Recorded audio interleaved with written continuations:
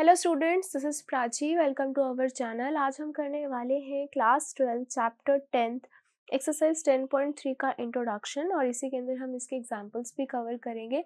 इससे पहले कि हमने जितने भी एक्सरसाइजेस 10th चैप्टर के एज वेल एज यहाँ तक के जितने भी चैप्टर्स हमने कवर कर लिए हैं उन सब का लिंक आपको डिस्क्रिप्शन बॉक्स में मिल जाएगा, आप जाके प्लेलिस्ट को थ्रू कर सकते हैं। तो आज हम बात करते हैं प्रोडक्ट ऑफ टू वेक्टर्स की। अभी तक हमने बात करी थी एडिशन ऑफ टू वेक्टर्स की, जिसके अंदर हमने दो लॉज पढ़े थे। One is triangular law, second one is parallelogram law. आज हम बात करेंगे दो वेक्टर्स को हम प्रोडक्ट कैसे करते हैं। ठीक है, तो दो वेक्टर्स का जो प्रोडक्ट होता है वो दो तरीके से होता है। एक होता है स्केलर प्रोडक्ट और एक होता है vector product. So first one is scalar product, जिसे हम डॉट प्रोडक्ट भी कहते हैं, और दूसरा प्रोडक्ट होता है वेक्टर प्रोडक्ट, जिसे हम क्रॉस प्रोडक्ट भी कहते हैं। ठीक है, इस वीडियो में हम बेसिकली डिस्कस करेंगे अबाउट स्केलर प्रोडक्ट की। ठीक है, तो कोई भी दो वेक्टर्स हैं उनको हम कैसे डॉट प्रोडक्ट करते हैं, उनका हम कैसे डॉट प्रोडक्ट करते हैं। ठीक है, मान लो कोई भी एक वेक्टर है मान लो ये कोई ए वेक्टर है। ठीक है, मान लिया ये कोई बी वेक्टर है। इन दोनों का हमें एडिशन करना अभी तक आता था। ठीक है, कि एक से स्टार्ट हो रहे हैं तो हम यहाँ पर पैरेललोग्राम बनाते थे, डायगोनल उसका रिजल्टेंट हो गया, उनका एडिशन हो गया। अब इन दो वेक्टर्स का अगर हमने डॉट प्रोडक्ट करना है तो वो क्या रहता है, तो उसका फॉर्मूला रहता है A vector dot B vector is equals to, इसका फॉर्मूला रहेगा magnitude of A magnitude of B and cos theta. और थीटा क्या होता है, इन दोनों के बीच का एंगल। ठीक है, अब ये हम इसको डॉट प्रोडक्ट बोल रहे हैं और it is a scalar. Obviously scalar में हमारे पास यहाँ पर डायरेक्शन मेंशन नहीं होती है, दैट्स व्हाई हम यहाँ पे मैग्नीट्यूड की बात कर रहे होते हैं। ठीक है, अब इस फॉर्मूला से हमें क्या क्या ऑब्जर्वेशंस मिलती हैं। तो सबसे पहली ऑब्जर्वेशन की अगर हम बात करें कि ये जो दोनों होते हैं ये रियल नंबर्स होते हैं आपके। ठीक है, क्या होते हैं, रियल नंबर्स। और अगर हम इनकी बात करते हैं, ठीक है, कि ईदर अगर कभी भी ए वेक्टर डॉट बी वेक्टर आपका कभी भी 0 आ जाता है। ठीक है, इसका मतलब क्या है, इसका मतलब ये है कि जो थीटा है आपका वो कितना है, 90 डिग्री है। क्यों, क्योंकि कॉस 90 डिग्री कितना होता है, 0 होता है।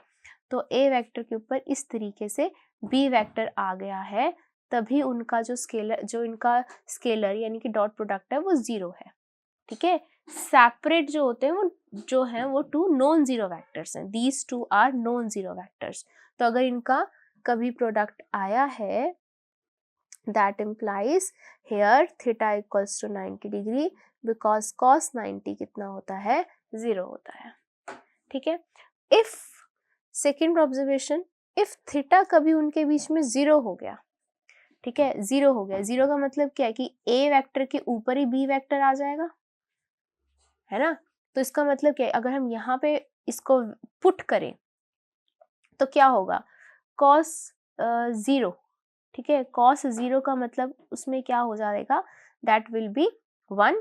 और उस केस में क्या होता है, a वेक्टर इक्वल होता है b वेक्टर के, दैट मीन्स हम वहाँ पे a प्रोडक्ट a वेक्टर ये बनता है वहाँ पे, यानी कि a b के इक्वल हो जाता है इन दिस केस। ठीक है, क्योंकि a वेक्टर के ऊपर ही क्या आ जाएगा, b वेक्टर, मैग्नीट्यूड भी वही एंड डायरेक्शन भी वही। क्लियर है ये बात। ठीक है, if in any case if theta is पाई, कि एक वेक्टर इधर है तो दूसरा वेक्टर इधर है, तो पाई कॉस पाई कितना होता है, -1। तो -1 के लिए क्या रहता है, ये आएगा A vector dot B vector equals to, इनके मैग्नीट्यूड में क्या आ जाता है, नेगेटिव आ जाता है। -1 पुट करेंगे तो -1 बाहर आ जाएगा। ठीक है, और अगर हम रेंडमली दो वेक्टर्स के प्रोडक्ट की बात करते हैं तो हम कैसे प्रोडक्ट करते हैं उनका, ध्यान से देखना, यहीं से ऑब्जर्व क्या होगा। मान लो ए वेक्टर आपके पास है i cap two j cap k cap, ठीक है। बी वेक्टर है आपके पास मान लो 2i cap plus J cap plus 4k cap. इनका अगर आपको डॉट निकालना है तो कैसे करेंगे अब आप? तो इस केस में क्या है, देखो आपको यहाँ पर थीटा नहीं गिवन इनके बीच में, है ना। तो यहाँ क्या होता है, आई का आई के साथ रहेगा, जे का जे के साथ, के का के के साथ।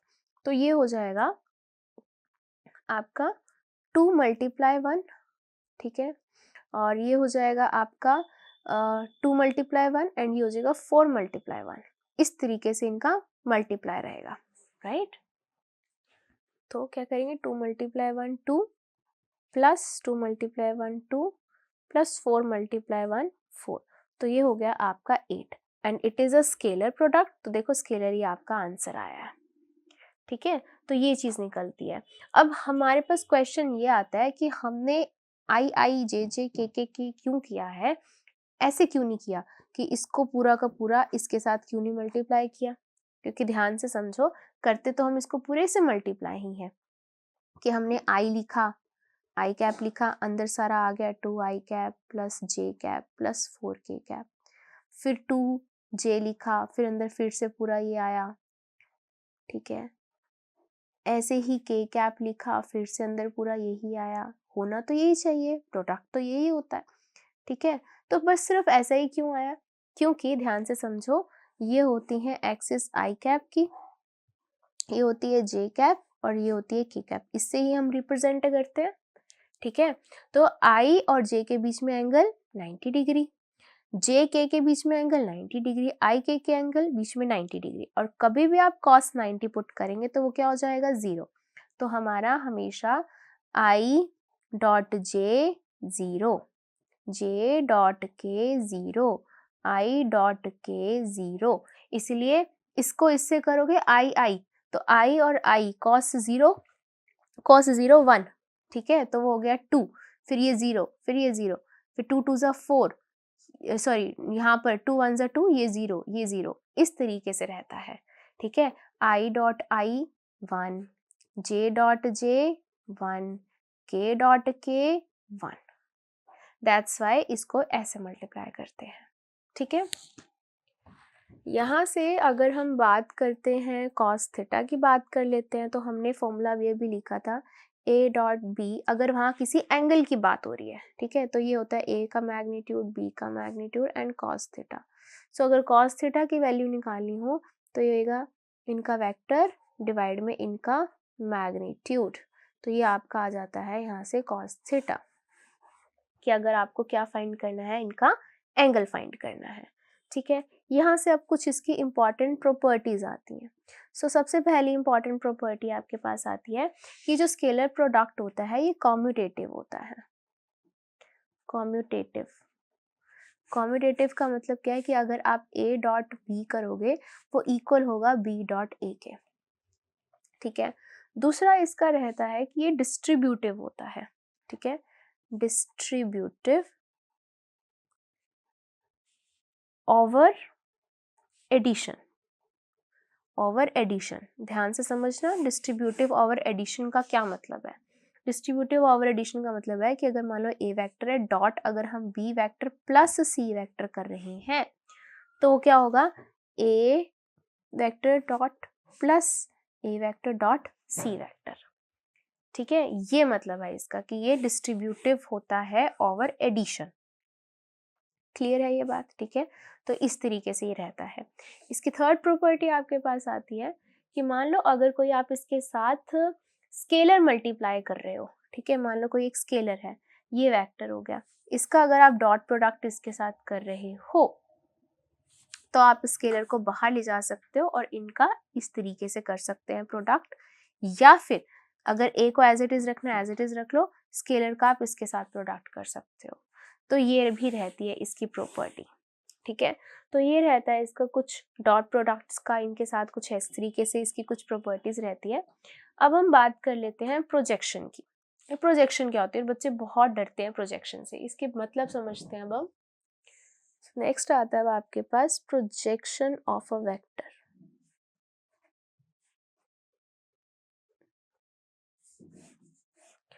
प्रोजेक्शन क्या होता है, देखो प्रोजेक्शन को अगर मैं हिंदी में बात करूं तो एक चीज की परछाई होती है, ठीक है, प्रोजेक्ट होना। अब जैसे मैंने यहाँ पर ये रख दिया, ठीक है, यहाँ से तो चलो इसकी कोई परछाई नहीं है, ये चीज में है, ठीक है, यहाँ की परछाई नीचे की तरफ आ रही है, तो दैट इज अ प्रोजेक्शन। ठीक है, मान लो इसको ऐसे समझते हैं, मान लो ये कोई एक लाइन है, राइट, यहाँ पे कोई एक वेक्टर है, ठीक है, अब इस वेक्टर की इस लाइन के ऊपर क्या प्रोजेक्शन है, ठीक है, ये लाइन है प्रॉपर, ये वेक्टर मत समझो आप, इसको एक लाइन समझो, ठीक है, इस वेक्टर की, मान लो कोई ये ए वेक्टर है, इस वेक्टर की इसके ऊपर क्या परछाई है, ये परछाई रहेगी, मैं यहाँ से इसको ऐसे कर दूं, ये रहेगी इसकी शेडो, ये रहेगी इसकी शेडो। तो ये जो मैंने रेड से मार्क करा है, ये हो गया इसका projection, let it be A, let it be B and let it be C, ठीक है। So A C is a projection of vector A B, मतलब दैट इज ए वेक्टर, इसकी क्या है, प्रोजेक्शन है, ठीक है। और ये जो ये चीज होती है, इसके अंदर एंटी क्लॉकवाइज एंगल हम थीटा मानते हैं, ठीक है, ये चीज रहती है। अब इसको हम फाइंड कैसे करते हैं, ठीक है, देखो अब इस ट्राइंगल की अगर हम बात करें, इस ट्राइंगल में अगर मैं कॉस थीटा लगाऊं, क्यों कॉस लगाऊं, क्योंकि हमें बात करनी है इस प्रोजेक्शन की और इस वेक्टर की। सो ये 90 डिग्री हो गया, this is base, this is hypotenuse, तो बेस बाय हाइपोटेनियस का फॉर्मूला क्या रहेगा, कॉस सी रहता है। So this is A C upon A B vector, ठीक है, this is A C, A B vector ही होगा, अगर उसकी परछाई पड़ रही है वो वेक्टर है, वेक्टर की परछाई भी वेक्टर ही होगी आपकी, ठीक है। So A C vector upon में ए बी वैक्टर। बट यहाँ पर क्या होता है एक्चुअल में, कॉस थीटा एक तरीके से क्या होता है, स्केलर होता है, तो यहाँ पर ये चीज क्या आती है आपके पास, मैग्नीट्यूड लेते हैं हम इसका। तो दो टर्म्स हम कंसीडर करते हैं, एक टर्म होती है आपके पास प्रोजेक्शन वेक्टर और एक टर्म होती है आपके पास प्रोजेक्शन। ये बच्चे बहुत कंफ्यूजन होती है उनके बीच में, तो ये ध्यान रखना। एक होता है प्रोजेक्शन वेक्टर, तो जैसे AC is a projection of vector AB, so AC भी क्या होगा, उसका प्रोजेक्शन वेक्टर होगा, ठीक है। लेकिन अगर ये हम यहाँ लिखेंगे प्रोजेक्शन वेक्टर, अगर मैं सिर्फ प्रोजेक्शन की बात करूंगी, सिर्फ प्रोजेक्शन की बात करूंगी, तो वो होता है आपके पास मैग्नीट्यूड से। सो प्रोजेक्शन जो होती है वो क्या होती है, सिर्फ मैग्नीट्यूड होता है। तो अगर मैं सिर्फ यहाँ मैग्नीट्यूड की बात करूं, दिस इज अ मैग्नीट्यूड, तो वो क्या रहेगा, क्रॉस मल्टीप्लाई अगर हम करते हैं तो magnitude of A B into cos theta, वो तो मैंने बता ही दिया, कॉस थीटा का फॉर्मूला क्या रहेगा, बेस बाय हाइपोटेनियस रहेगा, ठीक है। तो इस तरीके से निकलती है क्या, प्रोजेक्शन। और प्रोजेक्शन वेक्टर तो आपको पता ही है, वो आई कैप जे कैप के कैप लग जाएगा। तो ये तो मैंने बात करी प्रोजेक्शन ऑन अ लाइन, ठीक है। अगर मान लो मैं फाइंड करती हूँ projection of a vector on other vector, ठीक है, ये तो एक लाइन की बात होगी। Projection of a vector on other vector, तो क्या होगा, मान लो ये ए वेक्टर है, ये मान लो ये बी वेक्टर, प्रोजेक्शन मान लो ये ए वेक्टर है और ये बी है। अब ए वेक्टर की प्रोजेक्शन चाहिए मुझे बी वेक्टर पे, तो उसका फॉर्मूला क्या रहता है, वो उसका फॉर्मूला रहेगा आपके पास यहाँ हम लिखेंगे projection of A vector on B vector, उसका फॉर्मूला रहेगा आपके पास A vector dot B cap.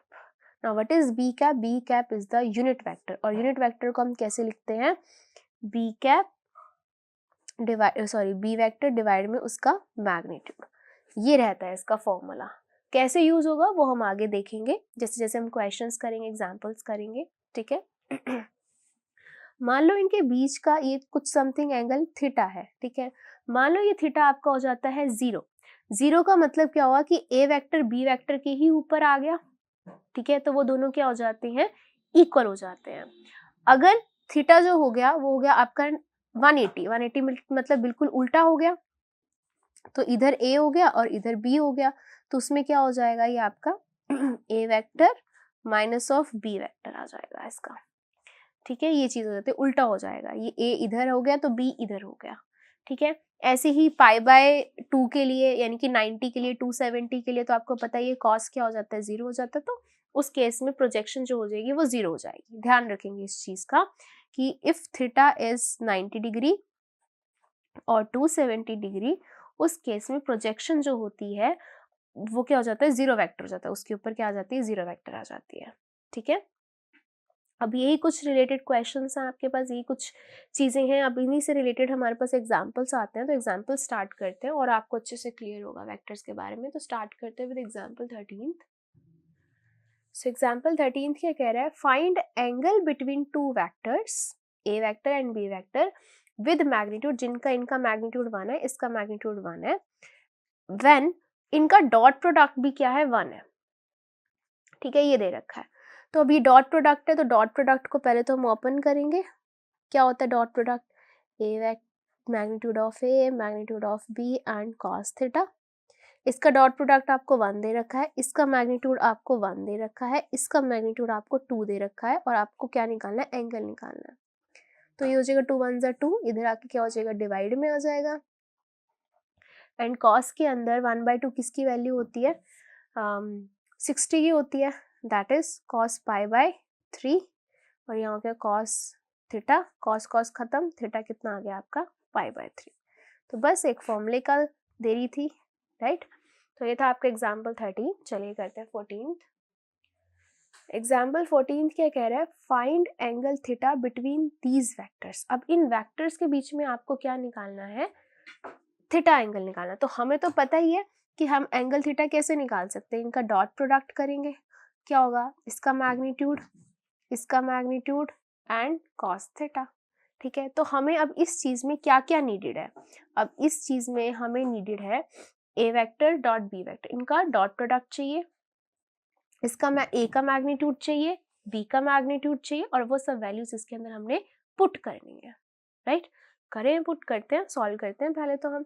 तो पहले इनका डॉट प्रोडक्ट करो, ए डॉट बी। तो डॉट मैंने आपको सिखाया था, आई का आई के साथ होता है, जे का जे के साथ होता है, और के का के साथ होता है। तो ये हो जाएगा 1 1 ज़ा 1, फिर बीच में आता है माइनस, फिर 1 1 ज़ा 1, फिर बीच में आएगा फिर माइनस, फिर यहाँ से -1 इंटू 1 1। ठीक है, कर दिया हमने मल्टीप्लाई इसको। तो ये आ गया आपके पास -2 + 1, ये आ गया -1। ठीक है, ये आ चुका है अब आपके पास। नाउ अब इसका हमने क्या चाहिए, हमें इसका चाहिए मैग्नीट्यूड चाहिए अब हमें इसका।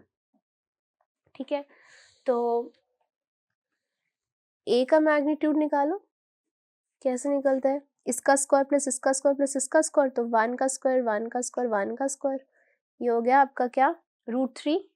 ऐसे ही बी का निकालो, 1 का स्क्वायर -1 का स्क्वायर 1 का स्क्वायर, ये भी कितना आ गया, √3। वैल्यूज पुट कर दो, ये आ गया -1, ये आ गया √3 into √3, and this is cos theta, -1 equals to 3 cos theta, this is -1/3 equals to cos theta. अब कॉस के अंदर -1/3 तो कोई वैल्यू नहीं है, लेकिन हमें थीटा चाहिए, तो थीटा यहीं रखेंगे, कॉस को इधर लेके जाएंगे, तो ये हो जाएगा कॉस इनवर्स दिस वन। तो आप इसको ऐसे आंसर दे सकते हो। ठीक है, समझ में आया तो बहुत अच्छी बात है। मैं इसको एक बार फिर से बता देती हूँ ये कैसे हमने किया है, ये हमने किया है ए डॉट बी को इस तरीके से किया है, आई कैप और फिर सारी term I cap minus J cap plus K cap, फिर प्लस जे कैप, फिर I cap minus J plus K, फिर माइनस के कैप, और फिर अंदर I cap minus J cap plus K cap. और इसमें क्या क्या यूज हुआ है, I cap dot I cap 1, I cap dot J cap 0। ठीक है, ऐसे ही J cap dot J cap 1, K cap dot के कैप 1, जे का के साथ 0, के का आई के साथ 0, बाकी सबका 0 रहता है। ठीक है, खुद का खुद के साथ क्या रहेगा, 1 रहेगा। तो ये आई 1 हो गया, बाकी 0। ठीक है, फिर j इंटू जे, यहाँ पे -1 आ गया, बाकी सब 0, के -1 आ गया, बाकी सब 0, इस तरीके से। तो ये था आपका एग्जाम्पल 14। चलिए करते हैं एग्जाम्पल 15। तो एग्जाम्पल 15 इंपॉर्टेंट है, ये पेपर में आता है, बहुत इंपॉर्टेंट है कि ए वेक्टर ये है, बी वेक्टर ये, आपको शो करना है कि a + b and a - b जो है परपेंडिकुलर है। ठीक है, देखो जब कभी भी दो वेक्टर्स आपको परपेंडिकुलर शो करने होंगे तो उनके बीच का एंगल कितना होगा 90 एंड cos 90 कितना होता है 0 और उनका डॉट प्रोडक्ट क्या हो जाता है 0। तो इसीलिए जब कभी भी दो वेक्टर्स आपको परपेंडिकुलर शो करने हो तो उनका डॉट प्रोडक्ट क्या हो जाता है 0 हो जाता है। यहाँ कौन से वेक्टर्स आपको परपेंडिकुलर शो करने a प्लस बी का और a माइनस बी का। तो सबसे पहले तो a प्लस बी कर दो, ये है तो आई का प्लस के साथ होगा तो 5 plus 1 6 I cap -1 plus 3 plus 2 J cap -3 minus 8 K cap. ठीक है, now a minus B vector ये है, अब माइनस माइनस कर दो 5 माइनस 1 4 आई कैप, ये हो गया माइनस का 4 जे कैप और माइनस माइनस प्लस हो जाएगा तो ये आएगा प्लस का 2 के कैप।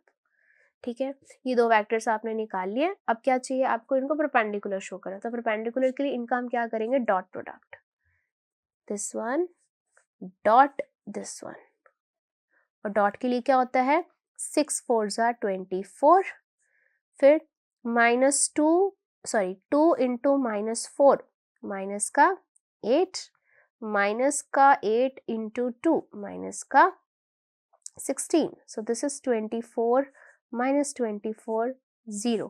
तो आप ये लिखोगे as dot product of this and this is a 0, therefore these vectors are perpendicular। ठीक है, तो ये था आपका एग्जाम्पल 15। चलिए करते एग्जाम्पल 16। सो एग्जाम्पल 16 क्या कह रहा है, find the projection of the vector on the vector. तो अभी मैंने आपको बताया था किसी एक की प्रोजेक्शन आपको दूसरे के ऊपर फाइंड करनी होती है तो उसका फॉर्मूला क्या रहता है उसका फॉर्मूला रहता है, मान लो इसकी फाइंड करनी है तो इसकी आएगी B cap, that is dot B vector divide में मैग्नीट्यूड ऑफ बी, ये आता है। तो क्या क्या चाहिए इसके अंदर, पहले तो इनका डॉट प्रोडक्ट चाहिए और डिवाइड में इसका मैग्नीट्यूड चाहिए बी का। तो करो पहले तो डॉट प्रोडक्ट कर दो इनका, 2 इंटू 1 2 इंटू 1 2 2 इंटू 3 इंटू 2 6, फिर 3 इंटू 1 2, डिवाइड में इसका मैग्नीट्यूड, तो b का मैग्नीट्यूड भी निकाल लो, 1 का स्क्वायर 2 का स्क्वायर 1 का स्क्वायर, तो ये हो गया √6, तो यहाँ आ गया √6। सो दिस इज 8 + 2 10 डिवाइड √6। ठीक है, इसको आप क्या कर सकते हो, इसको आप थोड़ा सा रैशनलाइज कर सकते हैं, सॉल्व कर सकते हैं। जैसे √6 से मल्टीप्लाई, √6 से डिवाइड, रैशनलाइज कर दिया हमने एक तरीके से, तो ये हो जाएगा 10 √6 डिवाइड में 6, तो कैंसिल कर दो, 5 2 5 2 3 तो 5/3 √6, ये आ गया आपका आंसर। ठीक है, तो जब कभी भी डिवाइड में रूट आ रहा होता है तो हम रैशनलाइज करके उसको सॉल्व कर लेते हैं। तो याद से जब कभी भी प्रोजेक्शन बोली जाए तो जिसकी निकालनी है, जिसके ऊपर निकालनी है उसकी कैप लगाते हैं। ठीक है, तो ये था एग्जाम्पल 16। चलिए करते एग्जाम्पल 17। एग्जाम्पल 17 देखो, इसमें क्या है, find A vector minus B vector का magnitude if two vectors such that A का मैग्नीट्यूड आपको दे रखा है, बी का दे रखा है और उनका डॉट प्रोडक्ट दे रखा है, आपको ये निकालना है। तो देखो इसका तो खाली तो ऐसे निकलने से रहा है ना, तो अगर मैं इसका स्क्वायर करूं, इसका स्क्वायर करो तो स्क्वायर निकल जाएगा, कैसे देखो, ये हो जाएगा a square plus B square, है ना, प्लस 2ab, हमारे को तो ये पता है, बट यहाँ पर क्या है, हमें यहाँ पर क्या कर रहे हैं, स्क्वायर का मतलब हो जाता है यहाँ पर डॉट प्रोडक्ट। ठीक है, इसको हम ऐसे लिख सकते हैं, ऐसे डॉट ऐसे, है ना। तो अब इसको करो a vector dot a vector minus a vector dot b vector minus b vector dot a vector and minus minus plus b vector dot b vector. तो ये जो खुद का खुद के साथ होता है वो इसका क्या हो जाता है, स्क्वायर। ठीक है, वो क्या हो जाता है, इसका मैग्नीट्यूड का स्क्वायर। ठीक है, ये भी हो गया, प्लस इसके मैग्नीट्यूड का स्क्वायर हो गया। अब ये क्या है, ये कम्युनिकेटिव होते हैं, हमें पता है कि a वेक्टर इसके इक्वल होता है b डॉट a के, तो ये तो सेम ही हो गए, और माइनस माइनस क्या हो जाएगा प्लस, और ये हो जाएगा माइनस का 2 ए वेक्टर डॉट बी वेक्टर। ठीक है, ये आ जाएगा अब आपके पास। अब देखो हमें क्या क्या दे रखा है, ए का मैग्नीट्यूड दे रखा है, ये हो गया 2 का स्क्वायर, बी का दे रखा है, ये हो जाएगा 3 का स्क्वायर माइनस 2, इसका भी डॉट दे रखा है, दैट इज 4। तो 4 प्लस 9, 4 प्लस 9 13 माइनस 8, ये आ गया आपके पास 5, और ये क्या है, स्क्वायर है, तो इसका हम हटा देते हैं स्क्वायर, तो इस पे क्या लग जाएगा, रूट लग जाएगा, तो ये आ जाएगा √5। ये आ गया आपका आंसर। तो जब कभी भी वेक्टर्स के अंदर कुछ ऐसा पूछा जाए तो आपने उसको ऐसे ओपन करके हमें दिखाना है, यहाँ पे प्रॉपर्टीज भी लगा के दिखानी है आपने। ओके, तो ये था आपका एग्जाम्पल 17। चलिए करते हैं एग्जाम्पल 18। एग्जाम्पल 18 क्या कह रहा है, if A is a unit vector and x vector minus A vector dot x minus x vector plus a vector equals to 8, then find the magnitude of x। ठीक है, a is a unit vector, a unit vector का मतलब क्या होता है, जिसका magnitude 1 होता है। ठीक है, तो अगर हमें गिवन है कि इसका मैग्नीट्यूड 1 है तो क्या करेंगे, डॉट है ना, तो हम इसको क्या कर देते हैं, पहले तो डॉट प्रोडक्ट ही ओपन कर देते हैं इसका। तो x vector dot x vector plus x vector dot a vector minus a vector dot x vector, ठीक है, minus a vector dot a vector equals to 8। ठीक है, ये हो गया आपका x वेक्टर का स्क्वायर, मैग्नीट्यूड का स्क्वायर। ये देखो ये दोनों सेम है, जैसे वी नो दैट दो वेक्टर्स का जो डॉट प्रोडक्ट होता है वो कॉम्यूटेटिव होता है, तो यानी कि दोनों सेम है और नेगेटिव भी साइन है, ये तो कैंसिल हो गया। यहाँ क्या आ गया, माइनस का ए वेक्टर का मैग्नीट्यूड का स्क्वायर। ठीक है, ये हो गया इसका मैग्नीट्यूड का स्क्वायर, और ये तो आपको पता ही है 1 1 का स्क्वायर 1 होता है, -1 इधर आके क्या हो जाएगा, +1, और इसका हम हटा देते हैं तो क्या लग जाएगा यहाँ पर 3। वैसे तो +-3 आना चाहिए, लेकिन वी विल टेक +3 बिकॉज जो मैग्नीट्यूड होता है वेक्टर का वो नेगेटिव नहीं हो सकता। ठीक है, magnitude can not be negative. Okay, तो ये था आपका एग्जाम्पल 18। चलिए करते हैं एग्जाम्पल 19। एग्जाम्पल 19 क्या कह रहा है, for any two vectors A vector and B vector we always have A vector dot B vector का magnitude less than A magnitude into B magnitude. वो कह रहे हैं दो वेक्टर्स का अगर आप डॉट प्रोडक्ट का मैग्नीट्यूड करते हो ना, वो हमेशा कम होता है अलग अलग वेक्टर्स के मैग्नीट्यूड के प्रोडक्ट के। तो ये आपको प्रूव करना है। ठीक है, कैसे प्रूव करेंगे, सबसे पहले तो ये देखो, सबसे पहले अगर मैं केस 1 ले लेती हूँ, केस 1 कि इधर A vector equals to 0 vector और B vector equals to 0 vector, तो या तो a 0 होगा या b 0 होगा, तो दोनों ही केस में इक्वालिटी होल्ड कर रही है। ठीक है, दोनों ही केस में अगर a 0 होगा तो भी दोनों इक्वल हो जाएंगे, 0 इंटू b 0, 0 इंटू b 0। अगर b 0 होगा तो भी क्या हो जाएगा, इक्वालिटी होल्ड हो जाएगी। तो हम कह सकते हैं दोनों ही केस में इक्वालिटी आपकी होल्ड हो रही है। ठीक है, राइट। नेक्स्ट केस की अगर बात करें, दोनों का क्या आंसर आएगा, 0 आएगा। अब केस 2 की बात कर लेते हैं कि मान लो अब ये जो वेक्टर है वो 0 के इक्वल नहीं है। ठीक है, इनमें से कोई भी 0 के इक्वल नहीं है, इनका मैग्नीट्यूड 0 के इक्वल नहीं है। अब क्या होगा, जब इनका मैग्नीट्यूड 0 के इक्वल नहीं है तो इनको अगर मैं ओपन करती हूँ तो क्या मिलता है मुझे, ए वेक्टर, ठीक है, बी एंड कॉस थीटा, और यहाँ मुझे क्या चाहिए, मॉड चाहिए। तो taking mod on both sides, अगर मैं दोनों तरफ मॉड लेती हूँ तो मुझे क्या मिलता है, ये मॉड आ गया, ये मॉड आ गया, ये तो ऑलरेडी मॉड में है ही, तो किस पे लगेगा मॉड, कॉस थीटा पे लगेगा, तो ये आ जाएगा this one and mod cos theta. ठीक है, तो मॉड कॉस थीटा की वैल्यू कितनी आ गई आपके पास, डिवाइड में इसका और ये आ गया। ठीक है, अब यहाँ पर ध्यान से देखना, वी नो कि cos थीटा की जो वैल्यू होती है वो क्या होती है, less than equals to -1, greater than equal to -1, less than equals to 1, ये रहती है। अब अगर मैं मॉड लगा देती हूँ, क्योंकि मुझे तो मॉड cos थीटा चाहिए, तो मॉड लगा दिया, तो ये आ गया आपका 1 और यहाँ पे भी आ गया आपका 1। यानी कि मिनिमम टू मिनिमम वैल्यू जो होती है फॉर पॉजिटिव वैल्यूज जो कॉस थीटा की वैल्यू होती है वो less than equal greater than equal to 0 और लेस देन इक्वल टू क्या होती है 1 होती है। ठीक है, तो ये इक्वालिटी मैं यहाँ पे लगा सकती हूँ, इसकी जगह पे लगा सकती हूँ, ये मैं लिख सकती हूँ यहाँ पर, राइट।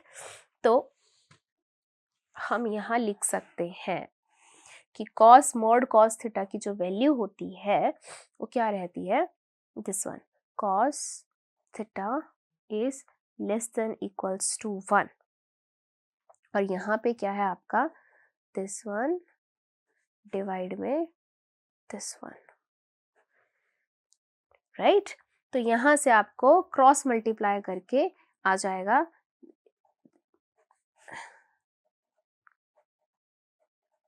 ये आ गया आपका less than equal to 1, cross multiply कर देंगे, क्रॉस मल्टीप्लाई करने के बाद आ गया this is less than equal to this, अलग अलग का मैग्नीट्यूड।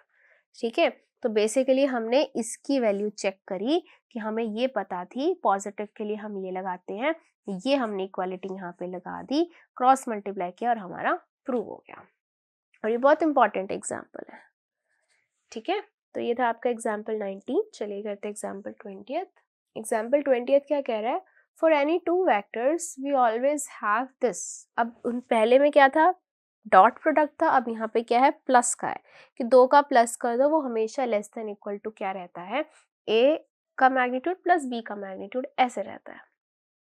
तो अब इसको प्रूव करने के लिए हम क्या करें, वहां तो चलो डॉट प्रोडक्ट था, हमारे पास फॉर्मूला था, यहाँ तो हमारे पास फॉर्मूला भी नहीं है, बट कोई बात नहीं, इसका तो हम ऐसे लिख सकते हैं ना, इसका अगर मैं स्क्वायर लूँ तो क्या लिख सकती हूँ मैं, ए वेक्टर प्लस बी वेक्टर का डॉट लिख सकते हैं, वहां से ही हम कुछ निकाल सकते हैं, है ना।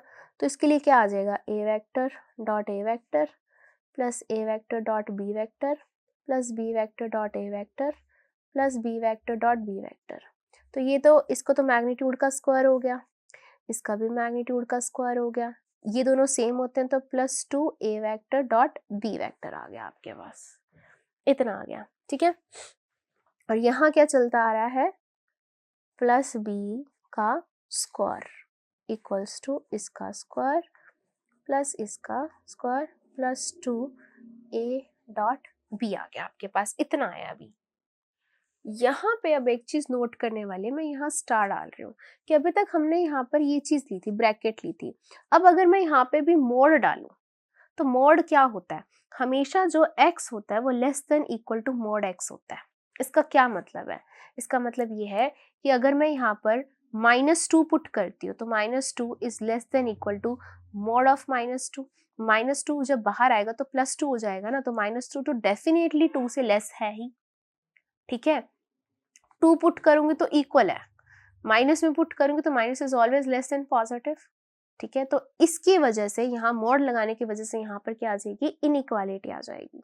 तो अब यहाँ पे मैं इनइक्वालिटी पुट करने वाली हूँ, ये हो जाएगा दिस वन का square less than equal to, ये आ जाएगा दिस वन का square, this one square plus 2 और यहाँ मोड आ जाएगा आपके पास। ठीक है, ये आ जाएगा क्या, मोड आ जाएगा।